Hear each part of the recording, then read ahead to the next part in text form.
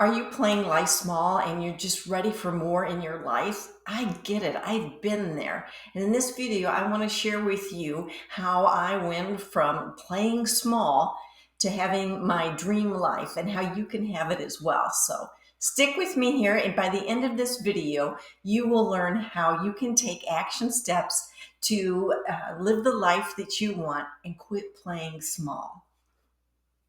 My name's Ronnie, and this channel is about helping you live your dream life. I want to give you the tools, the resources, and that to take you from where you are to where you want to be. I want to take my long road and make it your short road. Several years ago, I found myself going through a divorce that I did not want. And that was kind of the tipping point for me to stop playing small. For the first 40 years of my life, I played small. I struggled to read, grew up with an alcoholic father, and because of those things, I was just shy, quiet, and I wanted to be unseen. And it was at that point when I was going through this divorce that I decided that I was tired of playing small. So one of the first steps that you need to do if you no longer want to play small is to make the decision. As of today, I'm no longer playing small. Declare it. One of the other things that you need to do if you don't want to play small anymore is getting comfortable with being uncomfortable. And I see there being two ways that you can do that. Number one is to continue to do something over and over and over again until you get comfortable doing it. So for example, unless you grew up on the farm or something, I'm going to guess the first time that you drove a car was pretty darn uncomfortable. But you did it over and over and over and practiced it until the point where you got comfortable. I'm guessing today that you don't feel uncomfortable driving unless it's bad weather or something like that. So that's the number one way that you can get comfortable with being uncomfortable, is just doing something over and over and over again. Then I heard I was listening to a podcast one time, and I heard someone challenge himself to do something uncomfortable for 30 days. So, for example, he had to go up to somebody and ask him for change or for $1, or go up and ask him what time it was, or just do something that made them kind of feel uncomfortable. Maybe go up to someone and ask them out on a date. And at the end of the 30 days, as you can probably guess, they were a little bit more comfortable with being uncomfortable. So that's the second way that you can do it. Not only can you just do the same thing over and over, you can do something different for 30 days or so that's uncomfortable, and you'll get to the point where you're not as uncomfortable doing those things. Another reason that I think we play small, and that for sure that I played small, and maybe with you as well, is that I was scared of failure. In fact, I shared with you earlier that I struggled to read, and so I never tried anything that I wasn't pretty darn sure that I could succeed at. Because the last thing I wanted to do was fail and show and prove to everybody, yep, she's not very smart.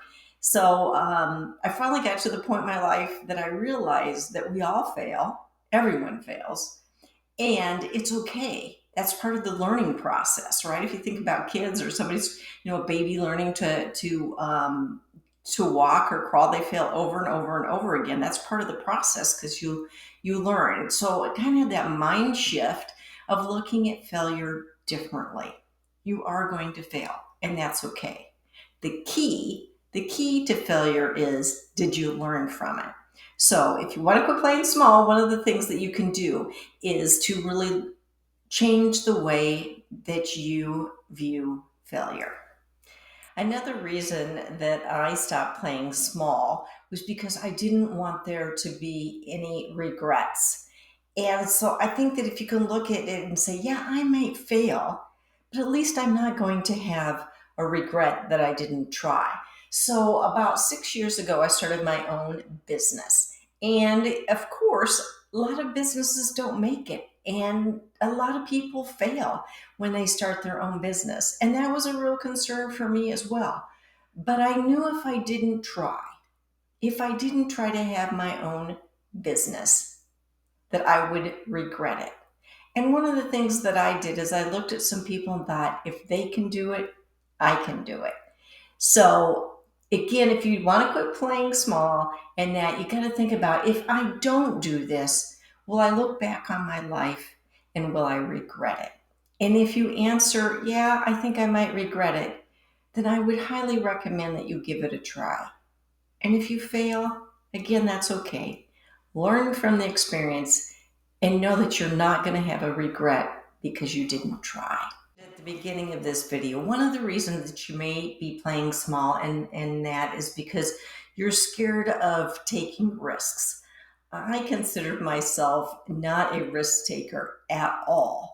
But then I realized that there's a difference, there's a spectrum of risks, right? And I guess at this point, I consider myself someone who takes calculated risks and do my research. So that, yes, I'm still taking a risk, but I'm very careful. And when I do that, so like, for example, when I started my business, I really took a hard look at my finances and could I make it and what could I make it on and that sort of thing. So, and when I invest in something or I do something, I really try to research it and make sure that I'm not going to put myself, I wasn't going to, for example, starting my own business, I wasn't going to bankrupt myself or be living on the streets or anything like that. I did it in a very mindful way. And so that no matter what happened, I would be okay. So if you're scared of doing that because you're scared of taking a risk, just look at, what level of risk are you comfortable with? What level of risk can you take without there being massive repercussions in that? It's okay to take a risk. We never succeed at anything unless we take some level of risk. So I'd just be careful with the kind of risk that you're taking, and make sure that you do your research and make some good, smart decisions with regards to risk taking. I hope that you will decide to stop playing small. But one of the things that I want to just mention to you is others may not be as excited about your deciding not to play small as you. As you may know, the reason that we don't like change is that our brains were designed to protect us.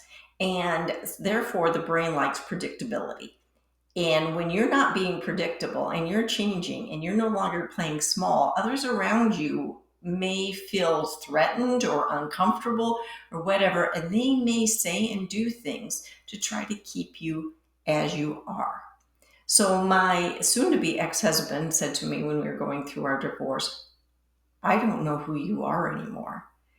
And I smiled and I said, "I'm sure you don't," because I had stopped playing small.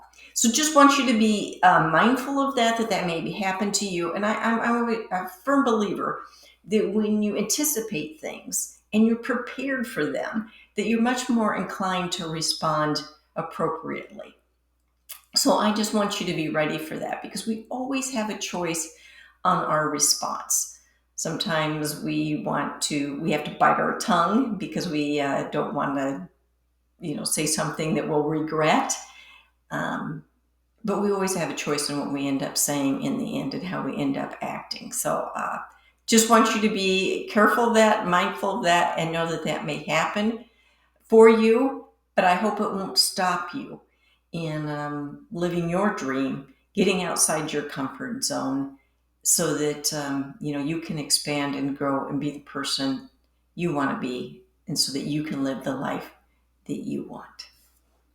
I hope that you found value in this video. And if you did, I hope you'll give me a thumbs up. I hope you'll subscribe so that I can provide you with more tools, resources, tips on how you can take your life from wherever it is to wherever you want to be.